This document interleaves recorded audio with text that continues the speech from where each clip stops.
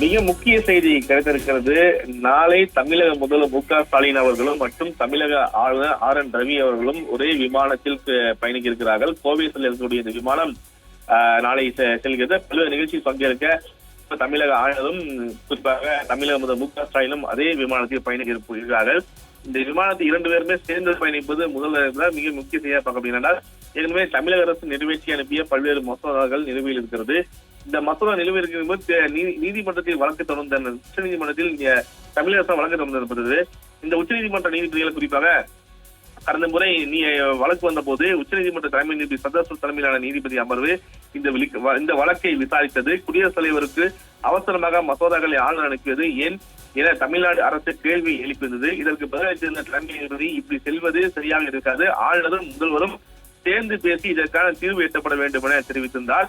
தமிழ்நாடு அரசு சார்பில் வைக்கப்பட்ட கோரிக்கையில் சட்ட ரீதியான செயல்பாடுகளையும் நீதிமன்றம் முடிவு செய்ய வேண்டும் என்று தெரிவிக்கப்பட்டுள்ளது.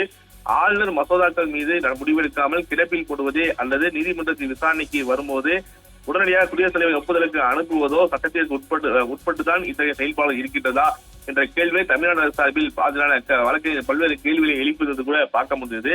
இதற்கு பதிலளித்த தலைமை நீதிபதி சந்திரசூட் இது குடியரசுத் தலைவரிடம் சென்று விட்டதால் அவருக்கு உச்சநீதிமன்றம் உத்தரவு போல கோர்ட்டு நடவடிக்கை எடுக்குமாறு சொல்ல முடியாது. குடியரசுத் தலைவரிடம் மீண்டும் பெற்று ஆளுநரிடம் தரவு முடியாது, பொறுமையாக விசாரிக்கலாமா என தலைமை நீதிபதி கேட்டதுக்கு தமிழ்நாடு அரசு சார்பில் ஆஜரான வழக்கறிஞரும் சரி என்று தெரிவித்துள்ளார். எனவே இந்த வழக்கு ஆளுநருக்கு எதிராக தமிழ்நாடு தொடர்ந்த வழக்கின் விசாரணை அந்த விசாரணை ஒத்திவைக்கப்பட்டு கூட பார்க்க முடியுது. அதே சமயத்தில் நீதிபதி பல்வேறு விஷயங்களையும் அறிவுரைகளாக ஆளுநருக்கு வழங்கியுள்ளார். குறிப்பாக அரசாங்கத்தின் செயல்பாடுகள் இந்த மாதிரியான ஒப்புதல் அளிக்கப்படாததன் காரணமாக தடைப்பட்டு நிற்கக்கூடாது. அரசியல் ரீதியாக பல்வேறு விஷயங்களை மாநில அரசு செய்வதற்கான தடைகளை போடக்கூடாது. விரைவில் ஆளுநர் முதல்வர் சந்திப்பு நிகழ வேண்டும் போன்ற விஷயங்களை அறிவுரைகளாக குறிப்பாக அந்த உச்சநீதிமன்ற நீதிபதி வழங்கியது பார்க்க முடியுது. இருந்தாலும் நீதிபதிகள் அரசியல் செய்யக்கூடாது உள்ளிட்ட பல்வேறு கருத்துகளில் அரசியல் விமர்சனங்கள் முன்வைத்தாலும் கூட ஆளுநர் கூட முதல்வரை சந்திக்க விருப்பம் தெரிவித்துள்ளதாக கூட 2 நாட்களுக்கு முன்பாக செய்தி வெளியானது பார்க்க முடியுது. இந்த நிலையில் தமிழக ஆளுநர் தரப்பிலிருந்து இது போன்ற ஆளுநரை முதல்வர் சந்திப்பார் என்ற அதிகாரப்பூர்வ தகவலும் வெளியிடாம இருந்தது.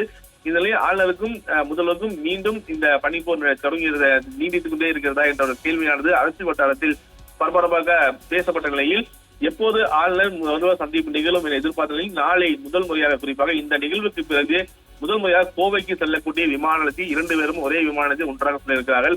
இந்த விமானத்தில் செல்லும் போது 2 பேர் இது தொடர்பாக பேசுவாரா அல்லது இது தொடர்பாக ஏதாவது ஆலோசனை நடக்குமா அல்லது என்ன மாதிரி நிகழ்வு நடக்கும் என எதிர்பார்ப்பு கூடியது அரசியல் வட்டாரத்தில் ஒரு பரபரப்பாக பேசப்பட்டு வருகிறது. இந்த போதிலும் நாளை கோவை செல்லக்கூடிய விமானத்தில் 2 பேரும் ஒரே விமானத்தில் செல்வது அரசியல் வட்டாரத்திலும் இந்த நிகழ்வில் மிக முக்கிய செய்தியாக பார்க்கப்படுகிறது.